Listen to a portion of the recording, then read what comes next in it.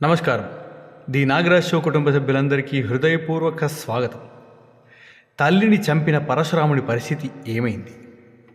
హీన కులస్థుడైనప్పటికీ వాడు ధనధాన్యాలు సంపదలతో కలిగి ఉంటే సమాజం వాణ్ణి ఎలా చూస్తుంది? తల్లిదండ్రులని, దరిద్రులని, నిరుపేదలని ఎలా చూడాలి? ప్రభువులని ఎలా చూడాలి? మైలకోకతోటున్న స్త్రీని ఆమె అధిక కులజురాలైతే సమాజం ఎలా చూస్తుంది? తనను కన్న తల్లిదండ్రుల్ని, అన్నదమ్ముల్ని ఏ రకంగా మనము స్వీకరించాలి? తల్లిదండ్రులను ఎదుర్కొని వారిని తిరస్కరిస్తే ఆ వ్యక్తికి ఏం జరుగుతుంది? ఈ ప్రశ్నలన్నింటికీ సమాధానం అద్భుతమైన వేమన పద్యాల ద్వారా తెలుసుకుందాం రండి.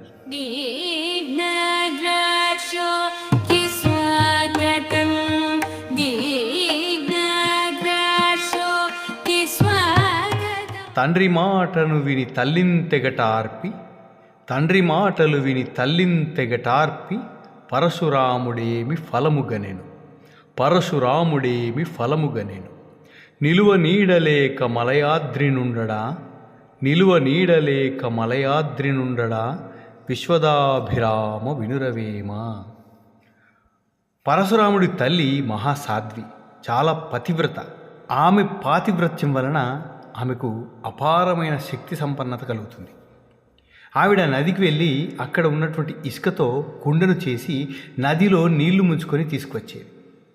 అలా ఒకరోజు నదికి వెళ్ళి ఇసుకతో కుండను తయారు చేస్తూ ఉండగా ఆకాశ మార్గాన వెళ్తున్న గంధర్వుణ్ణి చూసి అబ్బా ఎంత అందంగా ఉన్నాడు అనుకోగానే ఆమె పాతివ్రత్యం దెబ్బతిని ఆ ఇసుక కుండగా మారలేదు. ఆ రోజు ఆవిడ ఇసుక కుండలో ఇంటికి నీళ్లు తీసుకురాలేదు. ఈ విషయాన్ని గమనించిన పరశురాముడి తండ్రి, నీ తల్లి పాతివ్రత్యం దెబ్బతిన్నది అని, నీ తల్లిని సంహరించు అని అతని తండ్రి ఆదేశిస్తే తండ్రి మాటను జవదాటకుండా తల్లిని సంహరిస్తాడు పరశురాముడు. పరశురాముడు తన మాట విన్నందుకు సంతోషించిన తండ్రి ఏం కావాలో కోరుకోమంటే తిరిగి తల్లిని బ్రతికించమంటాడు. అది వేరే విషయం. అయినప్పటికీ తండ్రి మాట్లాడగానే, తండ్రి చెప్పగానే ఒకే మాటకి తల్లిని సంహరించిన పరశురాముడి పరిస్థితి చివరికి ఏమైంది? ఆయన నీడలేక మలయాద్రి పర్వతంలో ఉండి నివాసం ఉండసాగాడు కదా. కాబట్టి తండ్రి మాటలు విని తల్లిని గౌరవించకపోవడం, విచక్షణతో ఆలోచించకుండా ఒక నిర్ణయానికి రావడం అనేది పొరపాటు అంటారు వేమన గారు ఈ పద్యం ద్వారా. తండ్రి మాటలు విని తల్లిని తెగటార్పి అంటే సంహరించి, వధించి అన్నట్టు. పరశురాముడేమి ఫలముగనెను, ఫలము అంటే ఫలితము. నిలువ నీడలేక అంటే అతను ఉండడానికి కూడా నిలువ నీడలేకపోవడం అని అంటే ఉండడానికి నివాసం లేకపోవడము, అతను నివసించడానికి ఒక కుటీరం కానీ గృహం కానీ లేకపోవడము. నిలువ నీడలేక మలయాద్రి నుండడా, మలయాద్రి పర్వతం పైన ఆయన ఉన్నాడు తపస్సు చేసుకుంటూ. ఇలాంటి పద్యాన్ని అందించిన మన వేమన గారికి హృదయపూర్వక ధన్యవాదాలు తెలియజేసుకుంటూ మరో పద్యంలోకి వెళ్ళిపోదాం. తల్లిదండ్రులందు దారిద్ర్యయుతులందు నమ్మిన నిరుపేద నరులయందు ప్రభువునందు జూడ భయభక్తులుంచుము విశ్వదాభిరామ వినురవేమ. తల్లిదండ్రులు దారిద్ర్యయుతులందు అంటే దరిద్రనారాయణులు అంటే పేదవారు, కటిక పేదరికంలో ఉండేటటువంటి వారు. నమ్మిన నిరుపేదలు అంటే మనని విశ్వసించినటువంటి పేదవారు. నరులు అంటే మానవులు అని. ప్రభువులు అంటే మన యజమానులు, రాజు, మనకంటే పెద్దవారు. భయభక్తులు ఉంచాలి. తల్లిదండ్రుల మీద, దారిద్ర్యుల మీద, మనని నమ్మిన పేదవారి మీద, మన ప్రభువుల మీద, మనకంటే పెద్దవారి మీద, రాజుల మీద భయభక్తులు ఉంచుకొని మసలుకోవాలి అని వేమన గారి పద్యం యొక్క సారాంశం. కాబట్టి తల్లిదండ్రుల్ని గౌరవించాలి, దరిద్రులను తిరస్కరించకూడదు, వారికి చేతనైనంత సహాయం చేయాలి, వారి మీద కూడా భయభక్తులు ఉంచుకోవాలి. ఎందుకంటే దరిద్రుని వ్యతిరేకించి తిడితే వాడి ద్వారా మనం నిందల పాలవుతాము. కాబట్టి వారి మీద కూడా భయభక్తులు ఉంచుకోవాలి. మనని నమ్మినటువంటి నిరుపేదలు, ఎవరైతే పేదవాళ్ళు, అరే వీడు మనకు సహాయం చేస్తాడు, ఈయన మంచివాడు అని ఎవరైనా మనని నమ్మితే వారిని మనం మోసగించకూడదు. వారి పట్ల కూడా భయభక్తులతో మెలిగి వారికి సహకారాన్ని అందించాలి. అలాగే మనకన్నా పెద్దవారిపైన, ప్రభువులపైన, మన యజమానులపైన కూడా భయభక్తులు ఉంచుకోవాలి. వారు చెప్పింది వినాలి, మంచి నడవడికతో మెదలాలి. అప్పుడే సమాజంలో మనకు గౌరవ మర్యాదలు దక్కుతాయి అని వేమన గారి పద్యం యొక్క భావం. ఇంత అద్భుతమైన పద్యాన్ని అందించిన వేమన గారికి మరొక్కసారి హృదయపూర్వక ధన్యవాదాలు తెలియజేసుకుంటూ మరో పద్యంలోకి వెళ్ళిపోదాం. పూసపోగు పసిడి పుష్పంబు మొదలైన, పూసపోగు పసిడి పుష్పంబు మొదలైన, సంపద గలవాడు జగతిలోన, సంపద గలవాడు జగతిలోన, హీనకులజుడైన నెట్టివాడైనను, హీనకులజుడైన నెట్టివాడైనను, రండు రండటంద్రు రమణవేమా, రండు రండటంద్రు రమణవేమా. పూసపోగు అంటే చెవి పూసలు, అవి పసిడి పుష్పాలు. అంటే బంగారంతో చేయబడినటువంటి పూసపోగులు, బంగారపు పుష్పాలు, బంగారము, సిరి సంపదలు మొదలైనటువంటి సంపద కలిగినటువంటి వ్యక్తి జగతిలోన అంటే ఈ ప్రపంచంలో హీనకులజుడైన అంటే తక్కువ కులం వాడు, హీనకులము వాడు అయినప్పటికీ ఎట్టివాడైనను అంటే ఇలాంటి వాడైనా, రండు రండటంద్రు రమణవేమ, రాన్లీ రాన్లీ సార్ అని వారిని గౌరవించి సంబోధించి మర్యాదపూర్వకంగా పిలుస్తారు. చీత్కరించుకోరు, తిరస్కరించరు. వాడు తక్కువ కులం వాడైనప్పటికీ సిరి సంపదలతో తులతూగేవాడిని ఈ సమాజం గౌరవిస్తుంది అని వేమన గారి పద్యంలోని భావం. ఇక మరో పద్యంలోకి వెళ్ళిపోదాం. తల్లికెదురు కొనుట తండ్రికెదురు కొనుట, తల్లికెదురు కొనుట తండ్రికెదురు కొనుట, అన్నకెదురు కొనుట నరయమూడు, అన్నకెదురు కొనుట నరయమూడు, పాతకముల నెరిగి వర్తింపగావలే, పాతకముల నెరిగి వర్తింపగావలే, విశ్వదాభిరామ వినురవేమ. ఎదుర్కొనుట, ఎదురు తిరగడం, వ్యతిరేకించడం. పాతకము పాపాలు, ఎరిగి తెలుసుకొని గుర్తెరిగి, వర్తింపగావలే నడుచుకోవాలి. 3 పాపాలు అవి ఏంటంటే తల్లి, తండ్రి, అన్నకి ఎదురు తిరగడం. మనకన్నా పెద్దవారైన వారిని, వారి అనుభవాన్ని గౌరవించాలి. వారి అభిప్రాయాలకి విలువనివ్వాలి. వారు చేసింది ఏదైనా పొరపాటు అని గుర్తిస్తే మర్యాదపూర్వకంగా తెలియపరచాలి.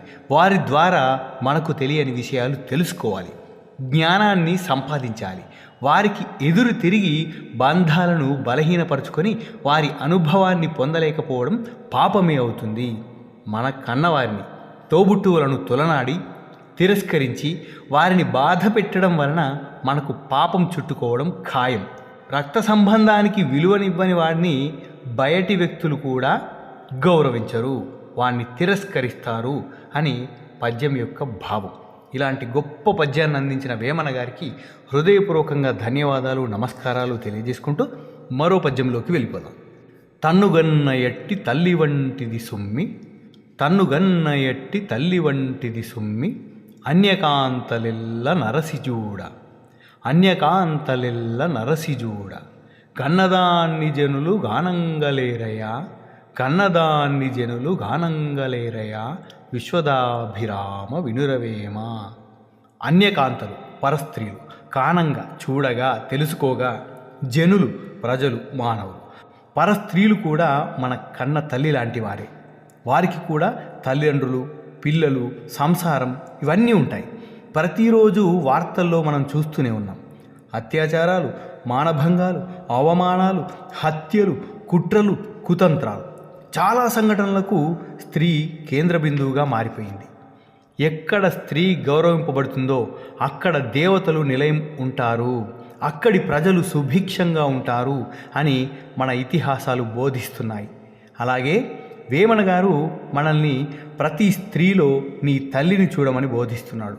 అలా జరిగిన నాడు ఈ అఘాయిత్యాలు రూపుమాసిపోతాయి. స్త్రీకి తగిన స్వేచ్ఛ, స్వాతంత్రం లభిస్తుంది. కాబట్టి తన్నుగన్న ఎట్టి తల్లి వంటిది సుమ్మి, అన్యకాంతలెల్ల నరసి చూడ, కన్నదాన్ని జనులు కానంగలేరయా, విశ్వదాభిరామ వినురవేమ. అన్య స్త్రీని తల్లిలాగా భావించి మసలుకోండి. కానీ ఈ రోజుల్లో కన్నతల్లినే ఎవ్వరు కూడా పట్టించుకోవడం లేదు. ఇక అన్య స్త్రీలను ఏం గౌరవిస్తారా మీరు అని వేమన గారు కర్కశంగా మనల్ని ప్రశ్నిస్తున్నారు, దూషిస్తున్నారు. ఇలాంటి వారిని, ఇలాంటి అద్భుతమైన వేమన పద్యాన్ని అందించిన మన వేమన గారికి హృదయపూర్వకంగా ధన్యవాదాలు తెలియజేసుకుంటూ మరో పద్యంలోకి వెళ్ళిపోదాం. మైలకోకతోడ మాసిన తలతోడ, మైలకోకతోడ మాసిన తలతోడ, నొడల మురికితోడ నుండెనేని, నొడల మురికితోడ నుండెనేని, యధిక కులజుడైన నట్టిట్టు బిలవరు, యధిక కులజుడైన నట్టిట్టు బిలువరు, విశ్వదాభిరామ వినురవేమ. మైలకోక అంటే మాసిన చీర, మైలపడిన బట్టలు, మాసిన తలతోడ అంటే చెదిరిపోయిన జుట్టు, దువ్వుకోకుండా చింపిరిగా ఉన్న జుట్టు అని. ఒడలు అంటే శరీరం. అధిక ఎక్కువగా, గొప్పగా, అటిట్టు అలా ఇలా, ఎలాగోలా, తిరస్కారంగా, బిలువరు అంటే పిలవరు, పలకరించరు. ఇక్కడ కుల ప్రస్తావన చేశారు వేమన గారు. అధిక కులస్థుడిని గౌరవించే విధం ఈ పద్యంలో తెలియపరిచారు. అధిక కులస్థులు మాసిన చీరతో, చింపిరి జుట్టు, మైలబడిన శరీరంతో ఉన్నా వారిని గౌరవంగానే చూస్తారు. వారికి దక్కే గౌరవానికి ఏ లోటు ఉండదు. అదే తక్కువ కులస్థులు మైలబట్టలు కట్టినా, మురికి శరీరంతో ఉన్నా, చింపిరి జుట్టుతో ఉన్నా వారిని తిరస్కార ధోరణితో మాట్లాడతారు, ఈసడించుకుంటారు. మర్యాద, గౌరవం వారికి లభించదు అంటారు వేమన గారు ఈ పద్యం ద్వారా. మైలకోకతోడ మాసిన తలతోడ, నొడల మురికితోడ నుండెనేని, యధిక కులజుడైన నట్టిట్టు విలవరు, విశ్వదాభిరామ వినురవేమ. అంటే సంపన్నుడు, గొప్పవాడు, అధిక కులస్థుడు ఎలా ఉన్నా, ఎలాంటి బట్టలు వేసుకున్నా, ఎలాంటి చింపిరి జుట్టుతో ఉన్నా, మాసిన శరీరంతో ఉన్నా కానీ వారిని సమాజం గౌరవిస్తుంది అని. ఇలాంటి అద్భుతమైన పద్యాలను అందించిన వేమన గారికి హృదయపూర్వకంగా ధన్యవాదాలు, నమస్కారాలు తెలియజేసుకుంటూ ఇలాంటి మరిన్ని అద్భుతమైన గొప్ప పద్యాలతో మరో వీడియోలో మీ ముందుకు వస్తాను. అంతవరకు సెలవు. ధన్యోస్మి. శుభం భూయాత్.